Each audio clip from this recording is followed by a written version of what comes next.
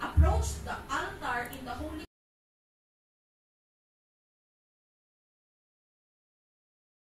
from tawag ito, reaching their body from their hips to thigh. Dito siguro, yes. Dito. Hips, right? And then, to thigh. So, ibig sabihin, it's an underwear. Napaka-detalyado ni Lord sa sukat. Hello? May tao ba dito? Imagine nyo ba? And so, para sabi ni Lord, pag nag-approach sila, pag papasok sila sa tabernacle, there's a holy of holies na kung saan, doon mamimit yung presence ni Lord in their time. Pag papasok sila, o di kaya kahit mag-approach man lang sa altar in the holy place to perform, para mag-perform ng kanilang, kasi sila yung magdadala ng mga offering ng mga tao eh. That's why yung priest dapat malinis din. Okay, malinis siya, tapos nag-offer na siya para sa kanyang mga kasalanan. Wala siyang tinatagong kasalanan talaga. Kasi talagang kitang-kita ni Lord. And why is it? Paano nangyari na pati brief? Hello? Pati underwear, very concerned si Lord. Are you here? This means na alam ni Lord kung may underwear siya o wala. Okay? This means na alam ni Lord kahit yung pinakatatago-tago. Alam nga, pumunta ka doon. Diba? Alam ni Lord kung ano yung inner mo. Ilang layer ang suot mo. More than just the physical one, ha? I'm telling you. Okay? And God is very specific. So more than the lip service, more than itong ginagawa natin. More than the preparation, more than the practice, God looks at our private life. Hindi ka tinitingnan ni Lord every Sunday lang. Tinitingnan tayo ni Lord from Monday, 24/7 until Sunday and all year round. Hello? Ang dali lang tingnan yung outward appearance, di ba? Kung paano tayo mag-worship. Wow, grabe, umiiyak na talaga ito. Yeah, hallelujah, praise the Lord. You can say that, kinintawa na, anointed yun, close yun kay Lord. Ang dali. Oh, see, he take down notes. Every preaching, andun talaga. Hindi ko sinasabing, wag na, okay naman, tingnan naman tayo ni Lord. Hello? Nagno-note, grabe yung sipag niya mag-serve. Tapos yung Bible niya, grabe daming kulay, highlighted masyado. Pag tinignan mo siya, grabe. Diba? Nakaka-inspire tong taong to. Oh, it's good. Tama? Grabe siya mag-serve. But when we come into His presence, isa lang ang tinatanong ni Lord. Isa lang. Anong meron sa likod ng maayos mong pananamit? Anong meron sa likod ng napakalakas mong sigaw? Hallelujah! Diba? Anong meron sa likod ng preparation mo dyan sa table? Anong meron sa likod ng lahat ng ginagawa nating ito? Hello? Hello? Anong likod sa pagiging passionate? Okay? Pagiging passionate mo ka, Lord, outward.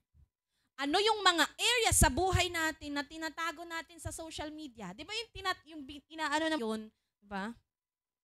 May mga areas tayo na tinatago natin sa social media kasi, di ba, hindi naman lahat pinopost mo. Akala ng tao okay ka. Di ba? Akala ng tao, passionate ka. Hindi alam ng public eye. Right? Yung mga area ng buhay natin na private at yan ang tinitingnan ni Lord. Okay? Purity, let me say to you that ang purity ay parang pagsusuot ng underwear. And God knows it if you have underwear. Hello? Nakakatawa lang isipin, no? Ang galing-galing natin dito sa harap. Right? Ang nakakakilala sa'yo kapag tinanong mo, is this person living a pure life? Of course, sa outward appearance, sabi mo, yes. Diba? They would quickly say yes. But ang totoo, ikaw lang at si Lord ang nakakaalam. Because purity is between you and God. Kaya kapag pumapasok tayo sa presence niya, He looks at our heart and our mind. Kung pure ba ang puso't isip mo? Authentic ka ba? Are you doing it for compliance? Are you writing down kasi naanad na kag dili ko mabuhi kung dili ko mag-write ka. Are you writing down kasi naanad na kag dili ko mabuhi kung dili ko mag-write karong Sunday. Minsan may mga ads na lumalabas na ang tawag to, mga movie. May app kasi yata na may mga movie tas may lumalabas na kalas. Suko jud ko. Why? Because naglalaro na yan at a young age, pwedeng nag-ano na yan sa mga isip nila. That's why yun sa bansa natin, ganun na lang ka paglobo. Bakit? Sobrang how to stay pure. In the book of Timothy, we see that there are few instruction na binigay ni Paul kay Timothy. Si Timothy kasi ay young pastor. Okay? And binigay niya itong instruction na ito, so how he could live, kasi nagli-lead nga siya. At hindi lang ito para sa kanya, kundi para talaga sa ating lahat na nakakakilala kay Lord. Amen? Lahat ito, para ito sa lahat ng nagde-desire na mamuhay na pure. 2 Timothy 2:21 and 22, sabi dito, if you keep yourself pure, you will be special utensil for honorable use. Your life will be clean, and you will be ready for the master to use for your every good work. Yung main text natin yung second one. Okay? Let's start it from here. Isang question lang. Are you still with me? Isang question lang ang magde-determine if you will pursue purity. The question is, do you want to be used by God? Yes or no? There's no maybe, there's no half-half, there's no 50-50. Tatanungin kita ulit, do you want to be used by God? Gusto mo ba na gamitin ka ni Lord? Ikaw lang makakasagot niyan eh. Diba? Kasi, okay, if you want to be used by God, then you will keep yourself for Him. You will keep yourself, gagawin mong lahat, ikikip mo talaga, gagawin mo lahat ng paraan para maging Kanya lang ka talaga. Okay? If you keep, sabi dito, if you keep yourself pure, then ano mangyayari sa'yo? Of course, magiging utensils ka for honorable use. Nagme-mention kasi si Paul dito ng ino-compare niya yung mga stuff sa bahay. Like meron pang special occasion, tapos meron lang pang ordinary. May clay, spoon and fork, 'di ba? Pag may bisita tayo sa bahay, nilalabas talaga natin. Ewan ko lang kung meron kayong nilalabas. Diba? Yung mga golden, yung mga mamahalin, 'di ba? Pag araw-araw, 'di ba? Minsan yung mga plato, kutsara, yun meron tayong pang ordinary. Okay? Na minsan nilulubog mo lang doon sa sink, bukas mo na yung pinaghugasan, 'di ba? Ordinary. At sabi ni Lord, okay, sabi ni Paul dito na kung siya, okay, he who cleanses himself, okay, if you keep yourself pure, then magiging special utensils ka. Ibig sabihin, kung pwedeng from ordinary ka to extraordinary. Okay? So the decision is in you. Magiging honorable use ka for honorable use, and your life will be clean. Okay? And you will be ready. Ready ka lagi. Wow, ako na po. Kasi nga, you are keeping yourself pure, then always ready ka to serve. Amen? For every good work. So sabi dito, then, if you want to be used by God, this is for you. Pangalawa, ito na, run from anything that stimulates youthful lust. Instead, pursue righteous living, faithfulness, love, and peace. Enjoy the companionship of those who call on the Lord with pure hearts. So una-una, how to stay pure? Okay? Run from anything that stimulates youthful lust. Tumakbo ka raw sa mga bagay na nagtitrigger, nag-stimulate, nag-open up, okay, para maging lustful. You know, there's actually different kinds of lust. Lust of the eyes, lust of the flesh, and lust of pride of life. Okay? So we were instructed here, papansinin nyo, we were instructed to run. Sabi mo, run. In other version, flee. Diba? Takbo. Hindi itry, hindi labanan, kundi takbuhan. Many of us, okay, laban ng laban. Kailan ka pa ba nanalo sa laban na yan? Hello? Hindi tayo pinapalaban, okay, sa youthful lust. Pinapatakbuhan sa atin.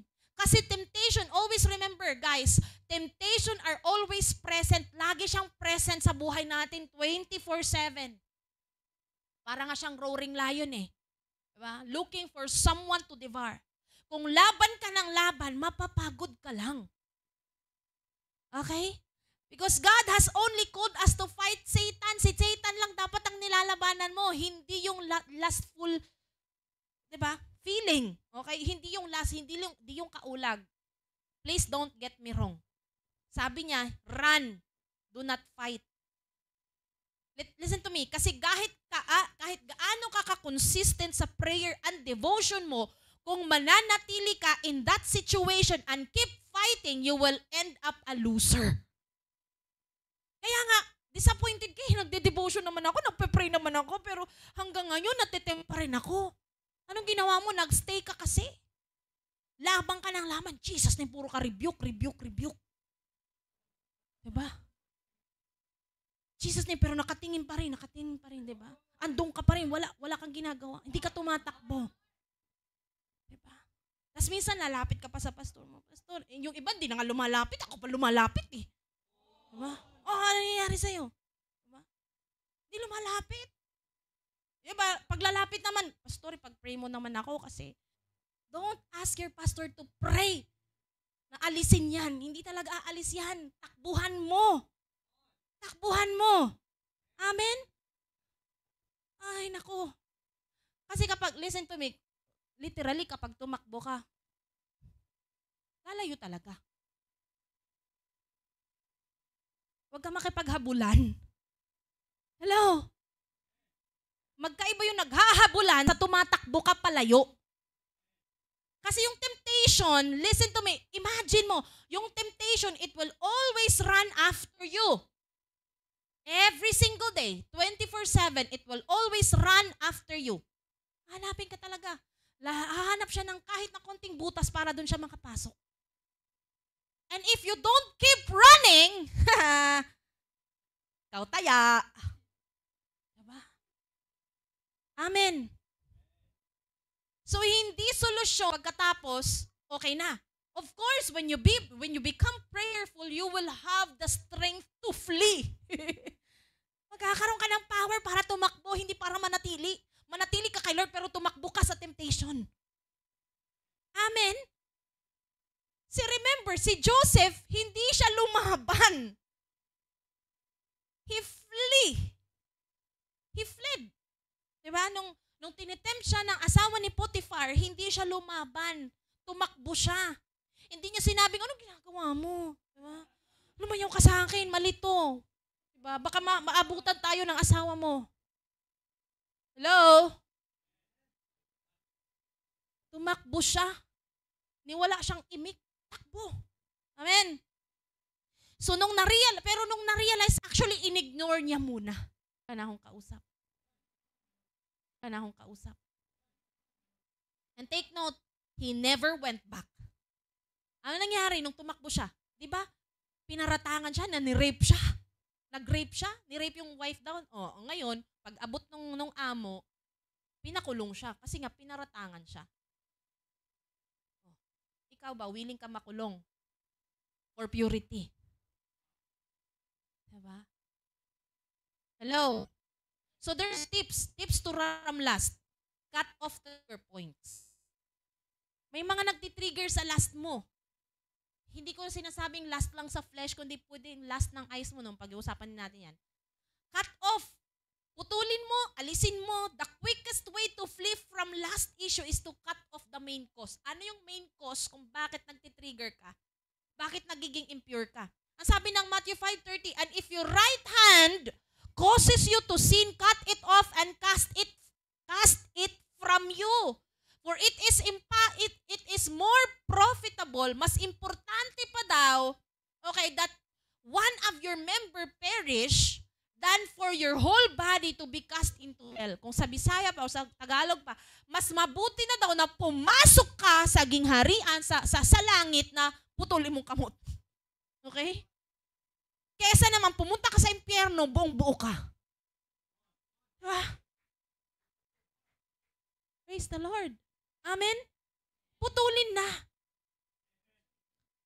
Putulin. Di ba? Cut it off. Hindi niya sinabing bring it to the altar. Hindi niya sinabing bring it to the altar. Pastor can pray for you.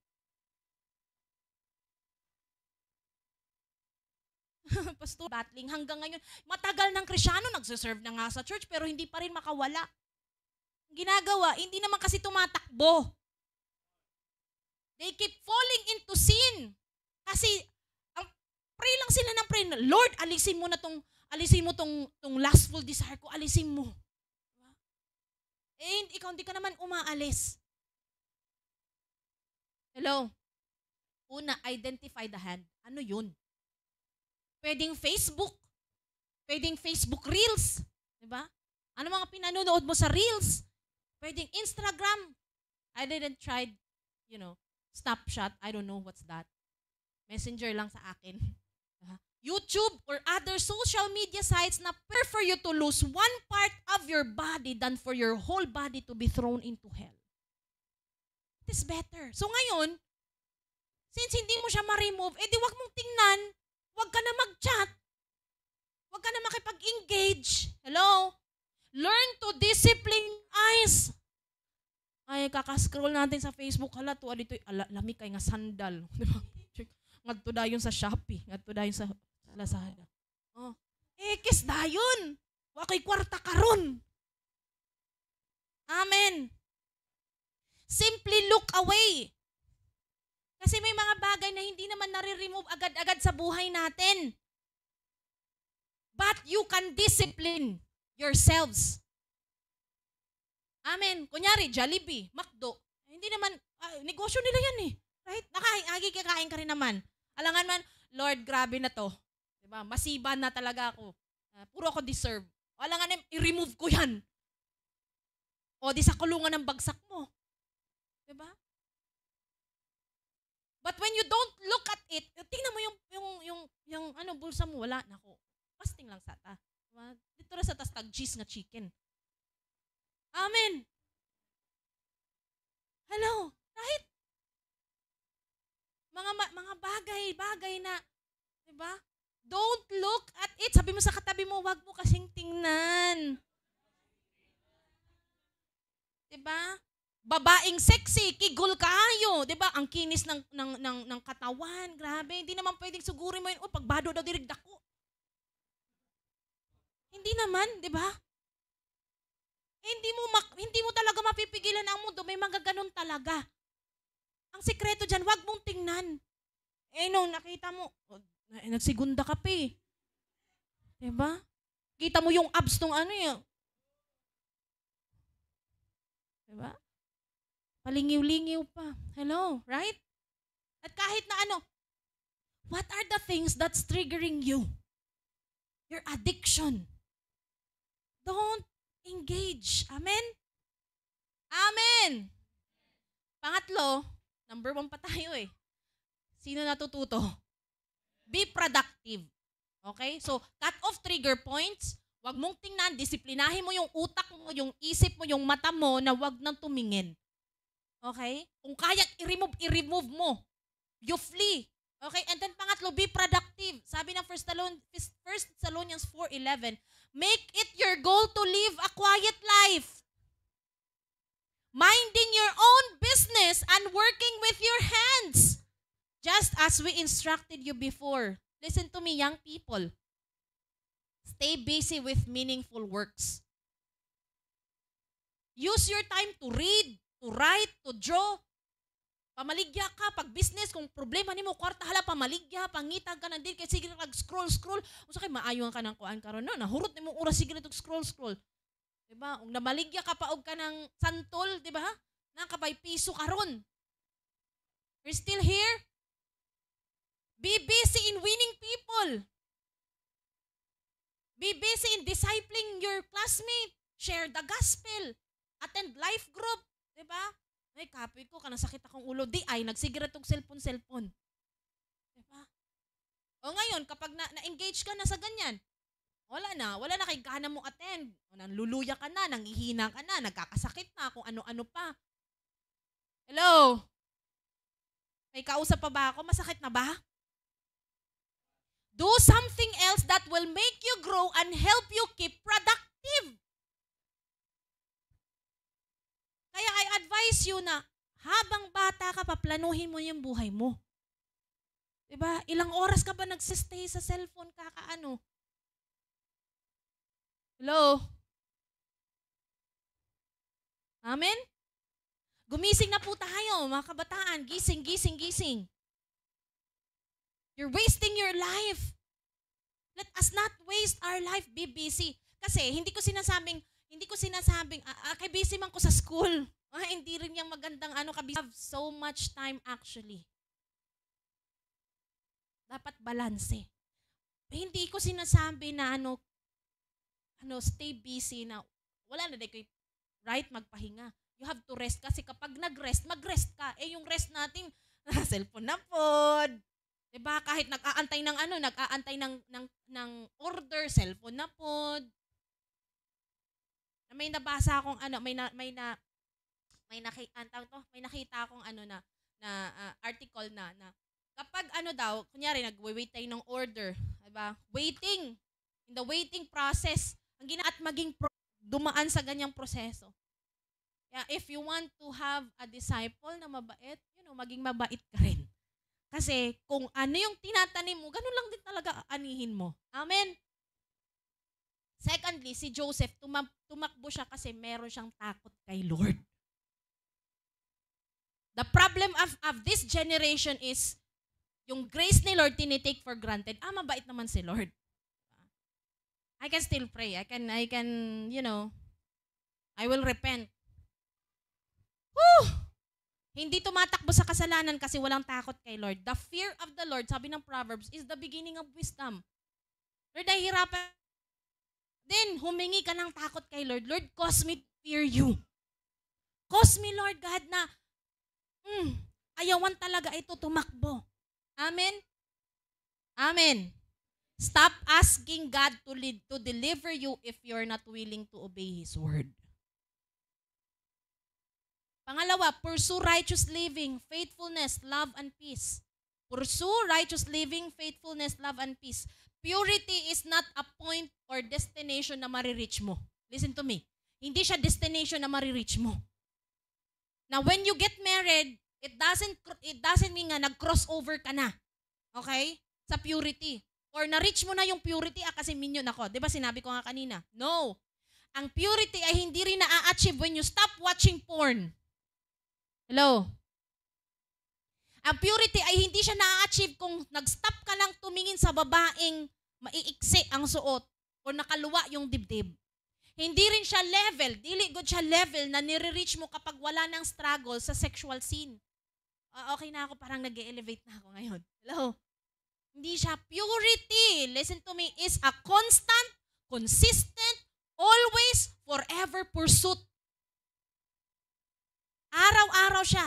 Ang tandaan na on the first place, hindi pagpupursu ng purity ang goal natin. Ang goal natin is i-pursue si Jesus. Right? I-pursue si Jesus araw-araw. I-pursue si Lord araw-araw. Eventually, yung pursuit mo kay Jesus araw-araw, nagre-resulta siya ng purity. Amen. What's the reason why you're pursuing purity? Ano yung rason bakit ka magiging pure? Diba? Hindi naman, di ba dahil kay Lord? Yes, kasi meron tayong may anchor tayo. He is the anchor for our soul. So it's a daily pursuit na hanapin mo si Jesus. Araw-araw mo siyang hinahabol, hinahanap sa word niya, sa prayer. Okay, araw-araw na pagsunod. And as you pursue Him, it will result in purity. So pursue. Ibig sabihin, habulin mo yung righteous living, tama yung pamumuhay. I-assess mo lagi kung tama na ba itong klase ng buhay ko. Am I right? Hello? Am I living in honesty? Honest na ba ako? Integrity, wala ba akong tinatapakang ay tao? Hello? Pursue faithfulness. Yung magiging faithful ka lagi kay Lord, yun dapat ang lagi mong iniisip. Diba? Minsan ang iniisip natin, na-fail ko si Lord. Na-fail ko si Lord. Ba't di ngayon isipin mo na gusto ko maging faithful kay Lord araw-araw? Baliktad Amen? Faithful ka ba sa pag-aaral mo, sa trabaho mo, sa mga commitments mo? Pursue love araw-araw. Am I working in love? Am I doing this in love? Am I forgiving in love? Am I not hating? May pinipili ba akong tao? Andiyan pa ba kayo? Pursue peace na nagiging bridge ba ako? Nagiging bridge ba ako ng peace for others? Ako ba yung panggulo sa utak ng iba? Hello? Am I being friendly? Am I being peace to others? Ikaw ba ang bridge ng peace o ikaw yung dahilan ng walang peace? Diba? It's a constant pursuit. Kagaya ni King Saul, sabi ni Lord in 1 Samuel 15:11, I greatly regret that I have set up Saul as king. For he has turned back from following me and has not performed my commands. And it grieved Samuel and he cried out to the Lord all night. You know, hindi naman inaccuse ni Lord si Saul na hindi siya naniwala kay Lord. Okay? Yung regret ni Lord kung bakit niya inappoint. Kasi si King Saul, siya yung first king ng Israel. At sabi niya, nag-regret siya. Okay, yung regret niya kung na sana hindi ko na lang siya inappoint as king. Yung regret niya ay nagmumula sa lack of pursuit of him. Ibig sabihin, hindi na hinanap ni Saul si Lord. Nung naging hari siya, nung inappoint na siya na maging hari, Saul stopped following God. Saul stopped pursuing God. When he got his breakthrough and he became king, wala na, tapos na, dun na. The question is, kapag ba na-receive mo na yung pinapangarap mo or pinagpe-pray mo, diba usually nagsastop ka? Kasi contented ka na. Are you here? Mag-usap nga kayo. Diba? Yung sa church, dapat hindi lang yung mga favorite mong tao yung kinakausap mo o kinuklose mo. I-approach mo lalo na kapag may bago. Amen? Because this is the company that we will live for all, 'di ba? All life until Jesus comes. Kaya may mga tao talagang nag-aalisan sa church kasi they miss the right reason why they are in the church. Amen. Palakpakan natin si Lord. Kasi if gusto mo magbarkada-barkada na lang, na walang purpose, marami dyan sa labas. Marami sa labas. Kahit sino pwede mo. But it's rare. Very rare. Sinabi mong, survival of the fittest to. Okay? Rare lang na makahanap ka ng barkada na ang desire nila ay mag-serve kay Lord at maging pure. Kasi sa company na to, this kind of company, ikukurik ka talaga, hindi ka ito-tolerate. Diba? I-rebuke ka. You will be refined. At kung wala kang natututunan na maganda sa mga barkada mo ngayon, okay, at yung mga ginagawa nila, nagiging impure ka, layuan mo. Hello? Humanap ka ng company na ililid ka sa purity. Stop the feeling of intimidation.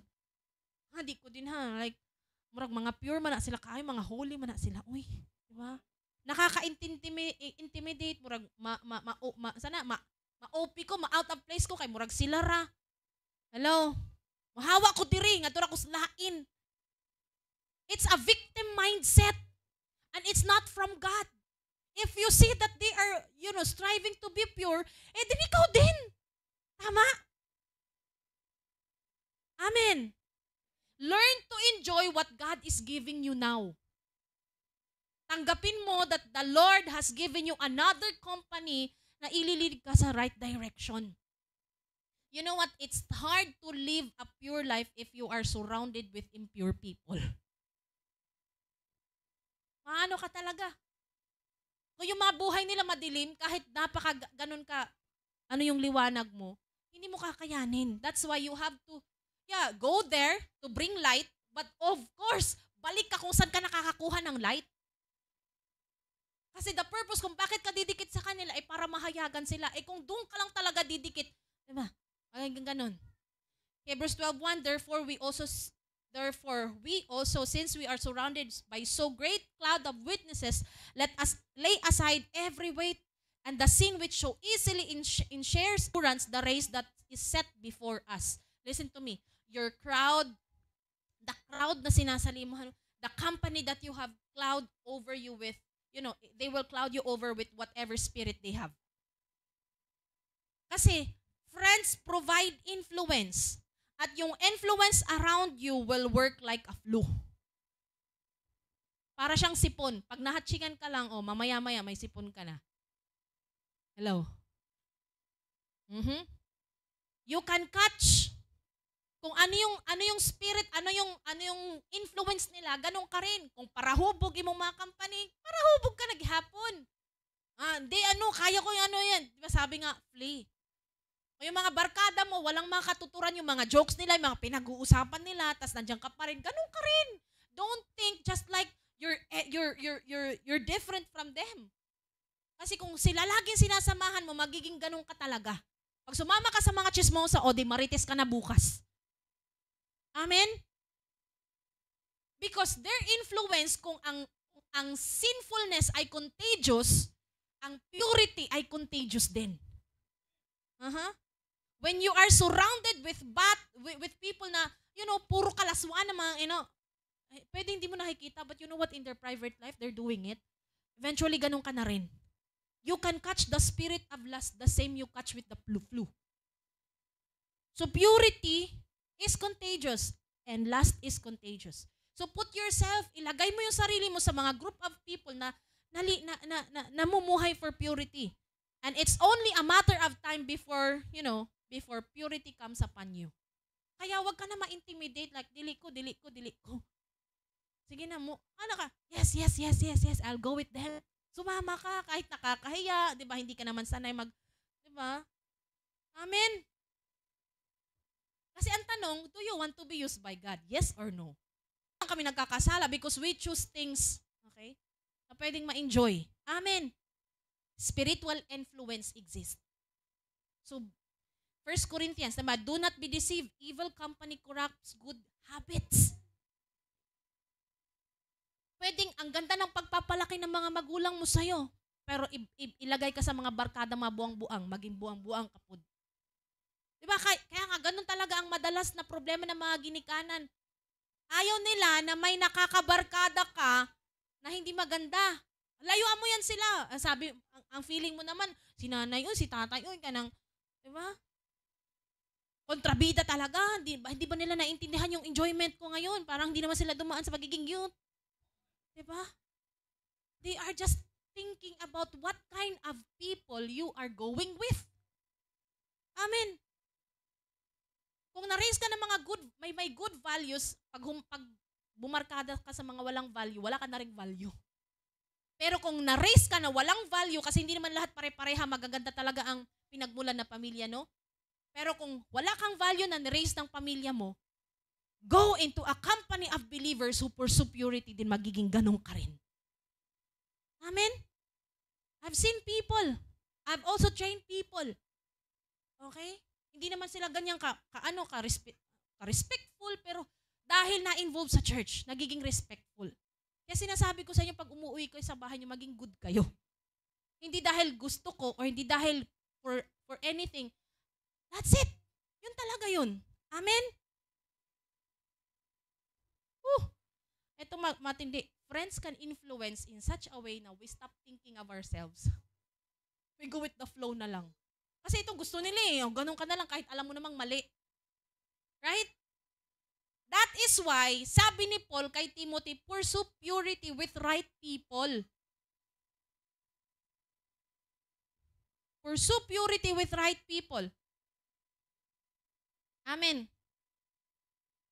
Ephesians 5:5. Second to the last verse. For this, you can be sure, no immoral, impure, or greedy person, such a person is an idolater, has any inheritance in the kingdom of Christ and of God. Walang inheritance yung mga impure. Impure or greedy. Sumama ka sa mga generous na tao, magiging generous ka rin. Bakit? Maikog ka, ikaw rin way ambag. Hello? Are you here? I'm serious. Ayoko sa church na to, mga greedy. That's why I'm praying na sana talaga lahat tayo mga generous. Amen? Sana mangarap tayo yung church talaga namin, ganun talaga. Sumama ka sa mga mababait. Magiging mabait ka rin. Amen. Last two verse. How can a young person stay pure? By obeying your word. And 11, I have hidden your word in my heart that I might not sin against you. Ganun lang. Keep the word of God. Whatever you have received today, start applying it and see yourself growing. You know, have a time to really reflect and assess, am I growing? Am I changing? Diba? Don't just go to church. Listen to me. Don't just go to church. Don't just attend activities in the church. Don't just attend Sunday service. Start to assess yourself. If every Sunday service, am I changing? Am I taking the word seriously? Because I tell you, if you want to be used by the Lord, then the word is the key for your transformation. Kasi I tell you, yung word talaga ni Lord naglilinis, nagbabago, nagtatransform ng tao. Let us bow our head. Hallelujah. We praise you, Lord God.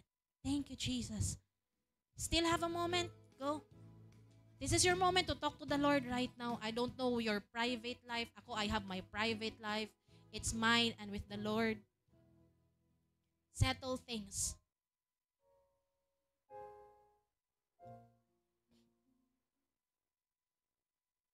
Thank you, Jesus. Talk to the Lord right now for at least 2 minutes.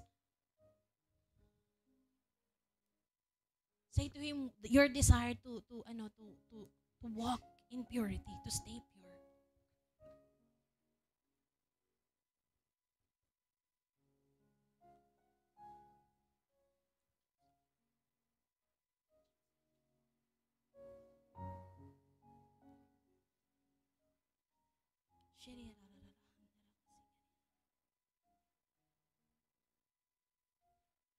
Look forward to that kind of person that the Lord wants you to be. He wants you to be pure. He wants you to be authentic.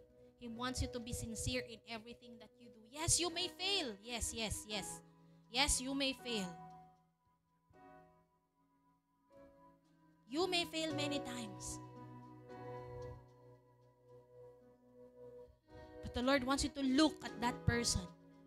The Lord wants you to be Christ-like.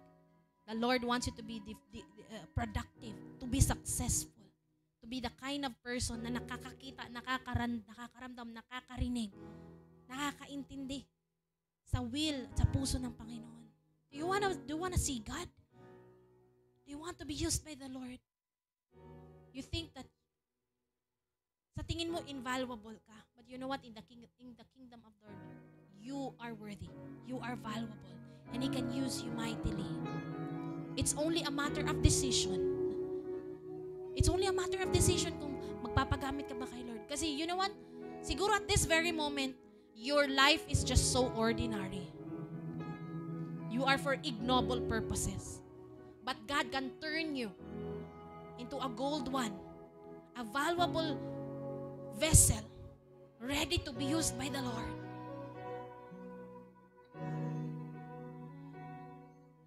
Don't strive. Don't fight. But today, commit yourself na, Lord, tatakbuhan ko. I-avoid ko yung mga kasalanan, yung mga nagtitrigger sa akin, Lord. I wanna be pure. Look at Jesus. Look at Jesus. Kung siya ang reason mo kung bakit ka magiging pure, you know, everything is worth it. Everything is worth fighting for. Kasi kung magta-thrive ka lang para maging holy, para maging angayan sa atubangan, it's worthless. I invite everyone to come into the presence of the Lord. Let us all be authentic. Let us all be submissive. Let us all be sincere in coming to the Lord. Papayag ka ba na lahat ng effort mo mapapawalang bisa lang?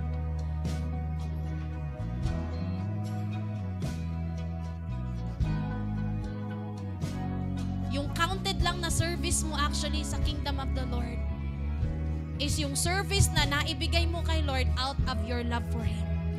Out of God's love.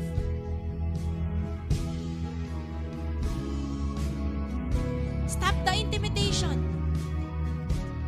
But yield yourself. Ibigay mo. Give in to God's presence. Give to Him.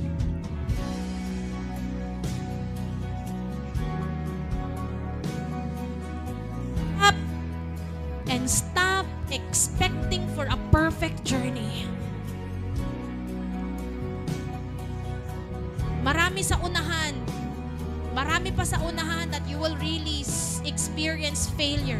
You will really experience breakings. But that's not the reason to stop. Hindi yan rason, hindi yan enough rason para musibog, mo balik, mo backward, mo.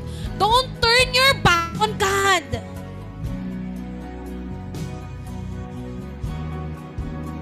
Don't be contented with the level of your knowledge na meron ka na ngayon. The Lord wants you to pursue Him every day. Gusto ni Lord, pinupursue siya araw-araw. Na kahit anong paman ang natapos mo, ano man ang ginagawa mo, ano man ang pinagkakabisihan mo, sana si Lord ang pinupursue mo. Don't be so overconfident of your status in the Lord. Pursue Him daily. Because at the end of all of this, God looks at our hearts. He looks at our hearts intently. He looks at our minds intently. And because of that, kaya pa ba talaga nating magtago? Kaya ba natin niya?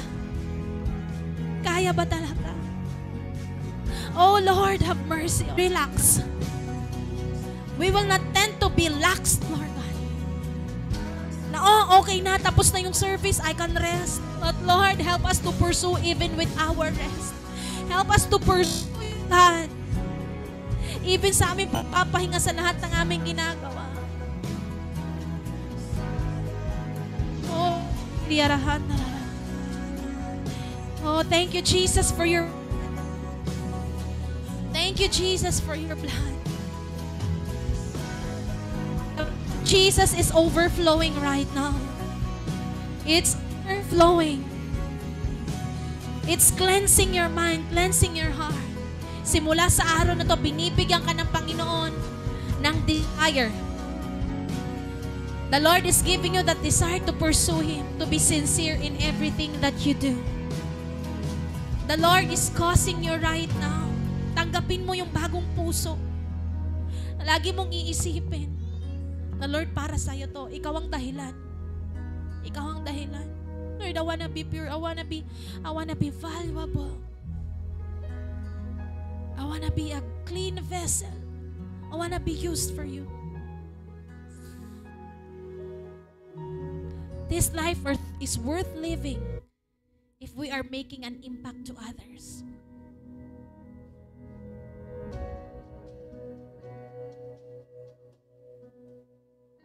Open your heart to the Lord. Lord, kung ito talaga ang gusto mo na gamitin ka ng Panginoon, raise your hands to God.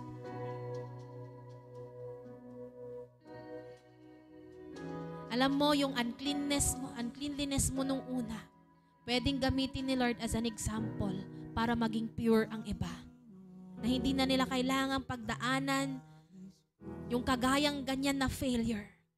But if you will share your story from being pure, from being impure, from being ordinary to an extraordinary life, if you will allow the Lord to use your story, then you are useful in Him. You will become useful. Huwag ka magdalawang isip, kaya kang gamitin ng Panginoon. Kahit gaano pa ka-dark, kahit gaano pa ka-pangit ang nakaraan mong buhay. Obey. The word of the Lord is sufficient. And His Holy Spirit is sufficient for all of us to live a pure life. Taas ang kamay. The Lord wants to free you from all the guilt. The Lord wants to set you apart. The Lord wants to cleanse your conscience right now in the name of Jesus. Receive God's healing flow. Receive God's cleansing by the blood of Jesus. The Lord is touching you right now. The Lord is touching your body. The Lord is touching your eyes. He's cleansing you. The Lord is touching your hands right now. He's cleansing you. He's cleansing you. And He is assuring you, I am cleansing you right now. I am purifying you because it is my will that you may be sanctified and you may be holy. Receive it, and starting today, decide to pursue God. Decide to live a pure life.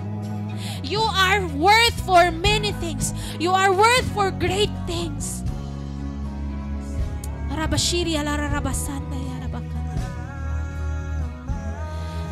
Tanggapin mo yung identity ni Lord na binibigay sa'yo, that I have chosen you long before to be holy and pure and blameless in my sight. Thank you, Jesus Christ. Oh, Holy Spirit. Thank you, Lord. We praise you, God. Mahal ka ng Panginoon at yan ang ina-assure niya sa'yo. Mahal ka niya. And you are valuable to Him. You will become influential. You will make impact to other people. You will save many souls.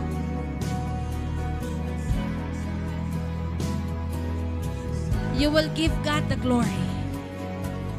Lord, maraming salamat sa araw na to, Panginoon. Salamat sa yakap mo, salamat sa presensya mo. Salamat, Lord, sa banal mong spirito na binibigay mo sa amin as an assurance, Lord God, that the promises, Lord, that you have given to us, oh God, tutuparin mo.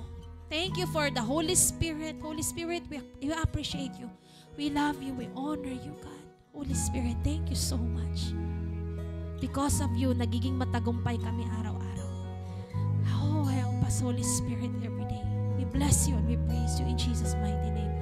Amen and amen. Hanap ng kayakap.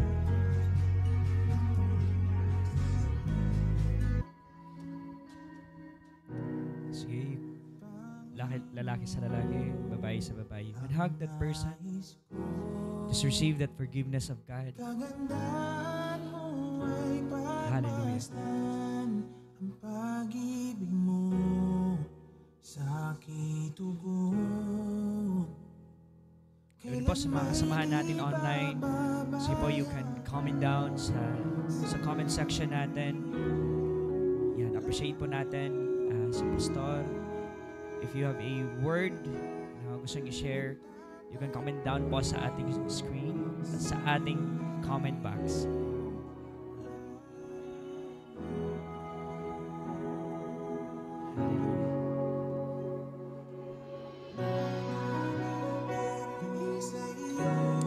Thank you, Father. Thank you, Father.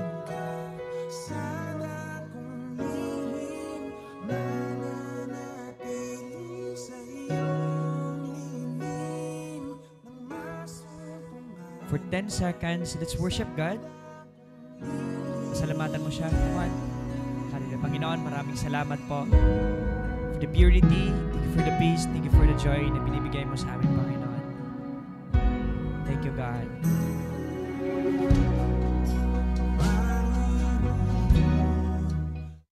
Amen. Sige po, no?